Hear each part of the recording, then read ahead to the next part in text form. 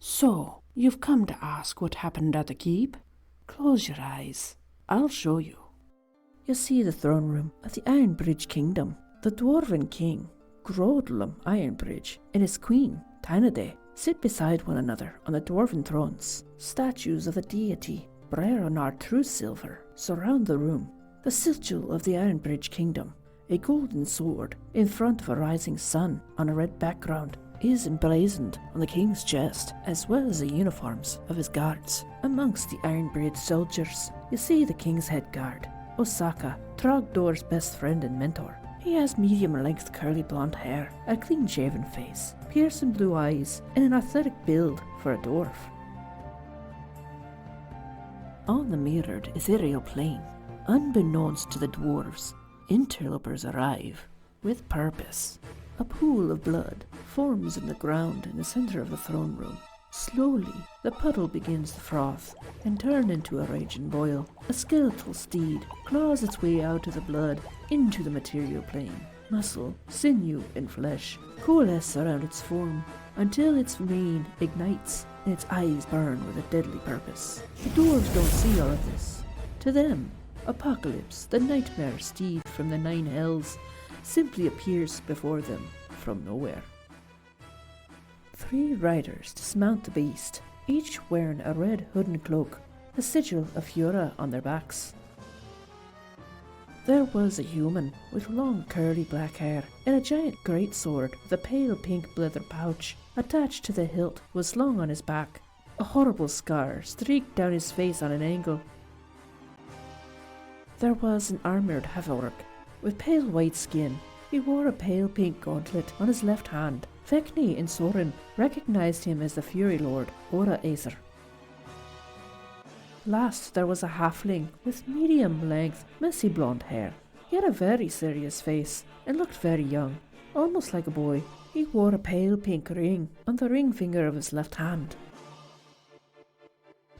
King Grodon, Queen Tenidi, pleased to meet you. We 3 are the Fury Lords of Vigor. How dare you sneak past my guards and take an audience with me before following the proper channels? Be gone from my throne room.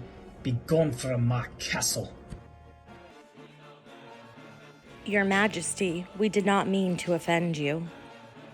I am Maki, and I must have a word with you, Your Grace. Dovah has left the Ironbridge kingdom, be since olden times. Vigor leadership has no issue allowing this to continue under our rule, but I have a simple favor to ask of you. Grant it and we will take our leave. You will not hear from us again. Speak, halfling fool. Yes, I heard from one of our agents that your great kingdom has recently brought a certain artifact into your possession. An axe with a dark purple handle made from unfamiliar material. I hear the axe blade itself is an odd pale pink color. I must know, is this true? Do you have such an item? You have no right to ask me questions.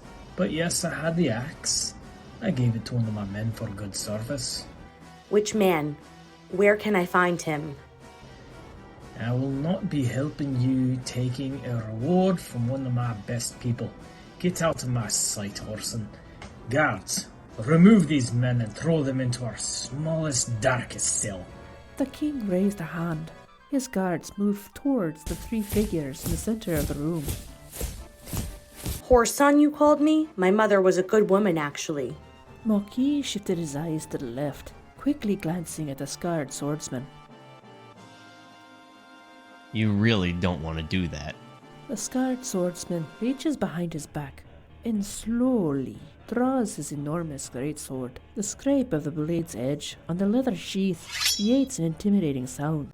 The blade itself was a pale pink, the same shade as the pouch on the sword's hilt. Osaka was the first to reach the swordsman.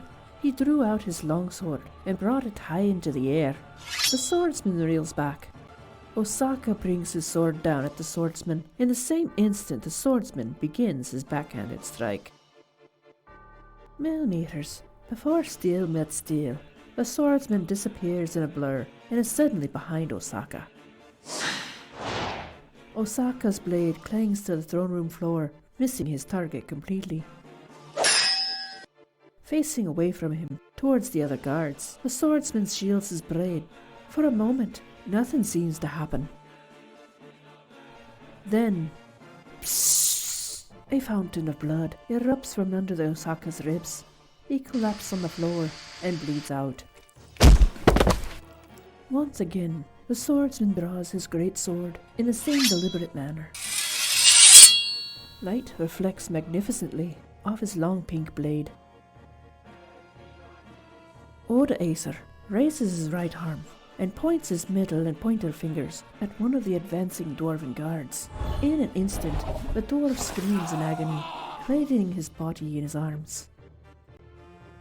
The dwarf's skin slinks away from his skeleton and plops onto the throne room floor. The dwarf collapses in a heap of bones and armor. Keep coming at me, and I'll kill you. I mean, it's up to you, really. I'll kill the king and make the queen watch, but this is really your decision, guys. Wait! Fine. Okay. The man's name is Trogdor Dragonbane. He set off to become an adventurer a short time ago. He's probably in Epona's bog still.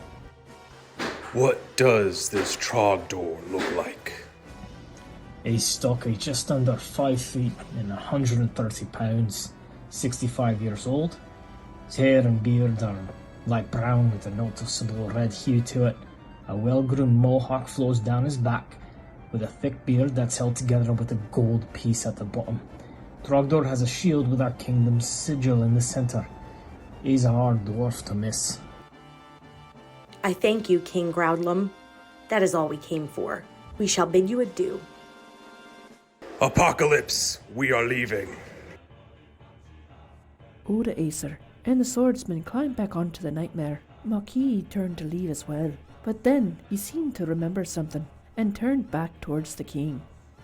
I almost left without giving you a reward. The information you give to us will be useful. I shall bestow you with a magic orb. Do what you will with it. No, you don't need to. Nonsense, Your Majesty. It's the least I can do. Maki holds his hands out and closes his eyes. A strong magic-natured wind kicks up in the throne room, blowing Makai's hood back and tossing his hair all about. The wind tugs on Makai's loose robes and nearly knocks the king, Groudlum, off his feet. A blue orb forms quickly in Makai's hands. He spreads his arms farther apart, and the orb grows wider and wider and wider, eventually becoming as large as the fully grown cow. Makai places the orb on the ground in front of the king. Thank you again. I'll be taking my leave now. Makai hops on the steed, and an instant later, Apocalypse and its 3 riders disappear into thin air. What is this light? Men, go fetch Asukor. He'll know what this is. The king approaches the glowing ball of energy. The blue light illuminates his face in its hue. Whatever it is, it's beautiful.